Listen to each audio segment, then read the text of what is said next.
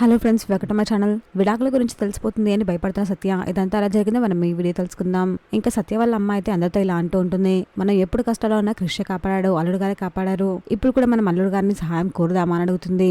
అదేంటమ్మా అలా అంటావు, మన ప్రయత్నం మనం చేయకుండా బావగారిని ఎలా సహాయం అడుగుతావు? ముందు మన ప్రయత్నం మనం చేద్దాం, మన వల్ల కానప్పుడు పరిస్థితి చేదారిపోయినప్పుడు అప్పుడు బావగారిని సహాయం అడుగుదామని వాళ్ళ అన్నయ్య అయితే అంటూ ఉంటాడు. లేదన్నయ్య, కృష్ణతో చెప్తే కృష్ణ మనని ఈ సమస్య నుంచి తొందరగా బయటపడేస్తాడు అని సత్య అంటుంది. నువ్వు కూడా అలా అంటావేంటి సత్య, ఫస్ట్ మన ప్రయత్నం మనం చేద్దాము అని వాళ్ళ అన్నయ్య అయితే అంటూ ఉంటాడు.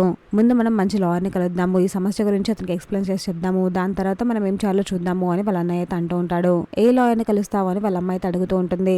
ఇంకెవరు, మన ఫ్యామిలీ లాయర్ ఉన్నారు కదా అని వాళ్ళ అన్నయ్య అయితే అంటూ ఉంటాడు. దీనికి సత్య టెన్షన్ పడిపోతూ ఉంటుంది. ఎందుకు అంటే ఆ లాయర్ దగ్గర సత్యక్రిష్ విడాకుల కోసం సంతకాలు పెడతారు.